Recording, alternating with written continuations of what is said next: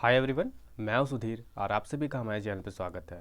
जैसा कि हम लोग खोटा भाषा पढ़ रहे हैं और खोटा भाषा के परिचय के समाप्त होने के बाद हमने व्याकरण के मुख्य खंड को पढ़ना प्रारंभ किया, जिसमें सबसे पहले हमने वर्ण पढ़ लिया, वर्ण विचार पढ़ लिया और उसके बाद हमने शब्द विचार पढ़ना प्रारंभ किया और हमने देखा कि शब्द क्या होते हैं, शब्द कितने प्रकार के होते हैं। उसी वीडियो में, इसके पहले की वीडियो में हम जब विकारी शब्द पढ़ रहे थे, तो मैं यहाँ पर उस बात को फिर से रिकैप कर देता हूँ और उसके बाद हम आज के टॉपिक को शुरू करते हैं। तो जैसा मैंने आपको बताया था कि विकारी शब्द क्या होता है, तो वैसे शब्द जिस पर लिंग वचन काल और कारक, लिंग वचन काल और कारक के आधार पर इनके रूप में परिवर्तन किया जा सकता है, वैसे शब्द को कहा जाता है कि वह विकारी शब्द है। विकारी शब्द है। संज्ञा के शब्द हो, सर्वनाम के शब्द हो, विशेषण के शब्द हो या क्रिया के शब्द हो, ये सभी के सभी विकारी शब्द है, क्योंकि इनके रूप में लिंग, वचन, काल और कारक के आधार पर इनके रूप में परिवर्तन किया जा सकता है। ये सारी बातें हमने पहले ही जान ली थी। तो आज हम क्या करेंगे, हम यहाँ देखेंगे विकारी शब्द के कितने प्रकार के होते हैं। तो मैं पहले आपको बता दूँ कि विकारी शब्द जो होते हैं 4 प्रकार के होते हैं: संज्ञा, सर्वनाम, विशेषण और क्रिया। और इस क्रम में सबसे पहले हम लोग यहाँ पर संज्ञा को पढ़ेंगे। तो आइए ज़्यादा समय ना लेते हुए अपने इस टॉपिक को शुरू करते हैं। आज हमारा टॉपिक होगा विकारी शब्द के प्रकार में सबसे पहले हम संज्ञा को देखेंगे। यदि मैं आपसे साधारण सा प्रश्न पूछता हूं कि संज्ञा क्या होता है, संज्ञा शब्द आप किसे कहेंगे, तो आप बताइए क्या होगा, संज्ञा का मतलब आप क्या समझते हैं। तो यदि मैं खोटा में आपको बताने का प्रयास करूँ या बताना चाहूँ, तो यहाँ पर आप कह सकते हैं कि दुनिया के जो सभी नाम होते हैं, दुनिया के सब नाम, इसे आप कह सकते हैं कि ये जो होता है दुनिया का सब नाम, ये संज्ञा का शब्द होते हैं, संज्ञा शब्द है। आइए इसकी परिभाषा को देख लेते हैं। जोन शब्द से कोनो बैगत बसुत ठाव बाट भाव के टवान चले है, ओकरा संज्ञा कहल जा है। मैं हिंदी में बताता हूँ। जो शब्द से किसी व्यक्ति, वस्तु, स्थान या भाव का पता चलता है, उसे हम संज्ञा कहते हैं, उसे संज्ञा कहा जाता है। उदाहरण के तौर पे बिरसा मुंडा हो गया, झारखंड हो गया, ये सारे संज्ञा के शब्द हैं। आइए हम बात कर ले कि संज्ञा के जो शब्द होते हैं उसे कितने प्रकार होते हैं, कितने प्रकार के होते हैं संज्ञा के शब्द। तो आप देखेंगे तो होठा व्याकरण में भी आप जब देखेंगे तो यहाँ पर भी संज्ञा के 5 भेद बताए गए हैं, 5 प्रकार बताए गए हैं, 5 रकम बताए गए हैं। हिंदी में भी संज्ञा के 5 भेद होते हैं।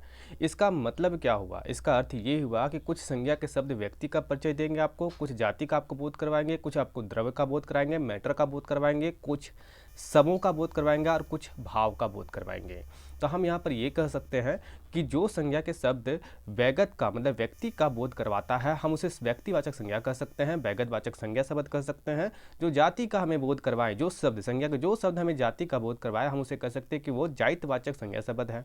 और जो मैटर का या हम कह सकते हैं द्रव्य का बोध हमें करवाए जो संज्ञा के शब्द, हम उसे कह सकते हैं कि वो द्रव्यवाचक संज्ञा शब्द है। गौठ मतलब संज्ञा के वे शब्द जो समूह का बोध करवाए, गौच का बोध करवाए, तो आप कह सकते हैं कि वो जो शब्द होगा संज्ञा का वो होगा गौठवाचक संज्ञा शब्द। भाववाचक संज्ञा शब्द जो भाव का आपको बोध करवाए, या हम कह सकते हैं कि संज्ञा के वे शब्द जो भाव का बोध करवाते हैं उसे भाववाचक संज्ञा शब्द कहा जाता है। हिंदी में हम लोग शब्द कुछ इस प्रकार से लिखते हैं और यहाँ पर आप देख सकते हैं हम लोग शब्द जो है कुछ इस प्रकार से लिखते हैं, क्योंकि जब खोटा का मानक तय किया जा रहा था, क्योंकि अब मैं आपको बता दूं कि अब तक 3 प्रयास किए गए खोटा के मानक को तय करने के लिए, इसके उच्चारण को वर्णों को के संदर्भ में और शब्दों के संदर्भ में, पर अब तक कोई भी परिणाम जो है निर्णायक सिद्ध नहीं हुआ। लेकिन कुछ बातें वहाँ जो सेमिनार हुए या आयोजन बैठकें की गई, कुछ बातें निकल के आई या कुछ नियमों को मानक को तय करने के लिए कुछ नियम दिए गए। तो वहीं पर हमें बता रखा गया था, उन नियमों में बता रखा गया था कि इस शाख का प्रयोग खोटा भाषा में हम नहीं कर सकते। वैसे आपको पता होगा कि हिंदी में 56 वर्ण होते हैं, उसमें से 39 वर्ण, उसमें से लगभग 39 वर्ण जो है हम क्या करते हैं, इन वर्णों का प्रयोग कर रहे हैं खोटा भाषा में। तो यहाँ पर हमें बोल रखा गया था कि इस सा का प्रयोग हम नहीं कर सकते हैं। इसी कारण से जब हम शब्द लिखते हैं तो कुछ हिंदी वाला शब्द इस सा का उदाहरण सा का प्रयोग ना करते हुए करके हम लोग समान सा का प्रयोग करते हैं। जैसा मैं आपको बता दूं, सा और सा के स्थान पे हमें कह रखा गया कि आप इसका प्रयोग करें, इसका प्रयोग करें, समान सा का प्रयोग करें, उदाहरण सा तालाब सब के स्थान पर सा का प्रयोग करें।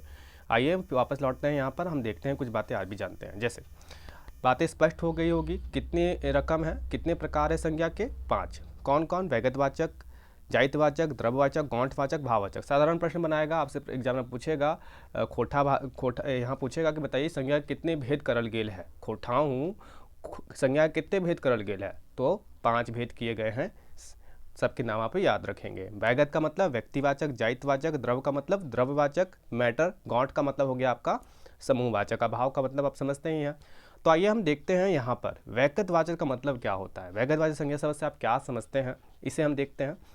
तो इसका मतलब ये हुआ कि ये जो संज्ञा के शब्द होंगे ना, किसी पर्टिकुलर व्यक्ति को या स्थान को या वस्तु को का आपको बोध करवाएंगे। उनका पर्टिकुलर नाम होगा, उस स्थान का, उस वस्तु का, उस व्यक्ति का पर्टिकुलर नाम होगा। जैसे बिरसा मुंडा, ये झारखंड। ये जो शब्द है आप देखिए कि ये जो संज्ञा के शब्द है, ये कुछ किसी पर्टिकुलर व्यक्ति के नाम है या तो किसी स्थान का नाम है। तो वैगतवाचक संज्ञा शब्द क्या करता है, आप ये पर्टिकुलर व्यक्ति, स्थान या वस्तु का आपको बोध करवाता है। जातिवाचक मतलब ये पूरी जाति का बोध करवाएगा।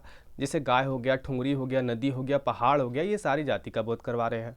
द्रव्यवाचक में क्या होगा कि आपको मैटर मतलब कि मैटर को आपको बोध करवाएगा। जैसे दूध हो गया, चावल हो गया, गेहूँ हो गया। गौणवाचक में समूह का बोध करवाएंगे ना, तो यहाँ बैठकी हो गया, जतरा बरियाती। तो ये जो शब्द है बैठकी, जतरा बरियाती, ये आपको क्या दिखा रहे हैं, ये आपको ये दिखा रहा है कि ये समूहवाचक है, समूहवाचक संज्ञा शब्द है। संज्ञा के शब्द है, पर कौन सी संज्ञा है, गौणवाचक है। भाववाचक में क्या है, भाव का आपको बोध करवाएगी। ये जो शब्द होंगे, ये जो शब्द है बुढ़ारी जवानी कुर्बानी, ये आपको क्या बोध करवा रहा है, ये भाव बोध करवा रहा है, आपको भाव का बोध करवा रहा है ये सारे शब्द। तो हम यहाँ पे ये कह सकते हैं कि ये जो संज्ञा के शब्द होंगे, ये भाववाचक संज्ञा शब्द है। बातें स्पष्ट हो गई होगी। देखिए यहाँ पर क्या होगा, आपका एग्जाम में यदि प्रश्न बनाएगा तो वो क्या करेगा, 4 शब्द दे देगा और आपसे पहचान करने के लिए बोलेगा कि बताइए निम्न में से कौन वैगतवाचक संज्ञा है, कौन जातिवाचक है। कुछ इस प्रकार से प्रश्न बना सकता है, या तो फिर आपको द्रव्यवाचक पूछ देगा, या गौणवाचक पूछ देगा, या भाववाचक पूछ देगा। क्योंकि पिछले एग्जामों में क्या हुआ है, देखिए ये जो भाषा है ना, खोटा भाषा अभी भी ना कई लोगों के लिए नहीं है। क्योंकि आप माध्यमिक स्कूल में आपका जो माध्यम था वो था हिंदी। आज जाकर क्या हुआ है कि इस भाषा को लोकप्रियता बढ़ रही है, सरकार ने संरक्षण जब से दिया है तो लोकप्रियता बढ़ रही है। तो स्कूलों में भी क्या किया जा रहा है कि ऑप्शन के रूप में अब उपलब्ध करा दिया गया ये भाषा। तो वहाँ बच्चे भी क्या कर रहे हैं कि वहाँ पर अब इसे पढ़ना शुरू कर रहे हैं। लेकिन हम लोग का हमारे समय में क्या स्थिति थी कि हम लोग माध्यम में, हमारा माध्यम हिंदी था और हम लोग हिंदी को ही बचपन से पढ़ते आ रहे हैं, इसे हमने कहीं बढ़ा नहीं। दिक्कतें क्या है इसके साथ में, दिक्कत इस बात की है कि हमने अब तक ये भाषा जो है सिर्फ सुना है केवल, कभी भी लिखने के रूप में हमने इसे प्रयोग नहीं किया। यही कारण है कि जब आपके सामने इस भाषा को एक विषय के रूप में लेकर के आया तो आप भ्रमित हो गए, आप कठिनाइयों में फंस गए। कारण क्या था कि आपको समझ में नहीं आ रहा था कि आप इसका लेखन किस प्रकार करेंगे। तो ये सारी परेशानियाँ थी और यही परेशानी आज भी हो रही है बच्चों के साथ में। जब वो खोटा भाषा पढ़ने के लिए आते हैं तो वहाँ पर परेशानियाँ क्या हो रही है कि जब सुनी हुई बातें तो होती है, क्योंकि ये जो भाषा है हम पहले से परिचित है, पर सुनने के रूप में कभी भी हमने लेखन के रूप में इसको अपनाया नहीं था, कभी लेखन के रूप में हमने इसका प्रयोग नहीं किया है। इसी कारण से इसमें दिक्कत होता है। बातें स्पष्ट हो गई होगी। संज्ञा के कितने रकम है, 5 रकम है। प्रश्न किस प्रकार के बन सकते हैं समझ गए होंगे। आगे बढ़ते हैं, बात कर लेते हैं कुछ 4 चीज़ों के बारे में।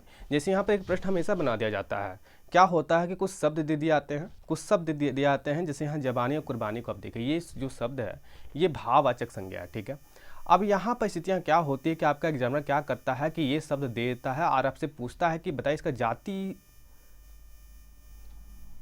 इसको बोलता है कि इसका जातिवाचक रूप क्या होगा।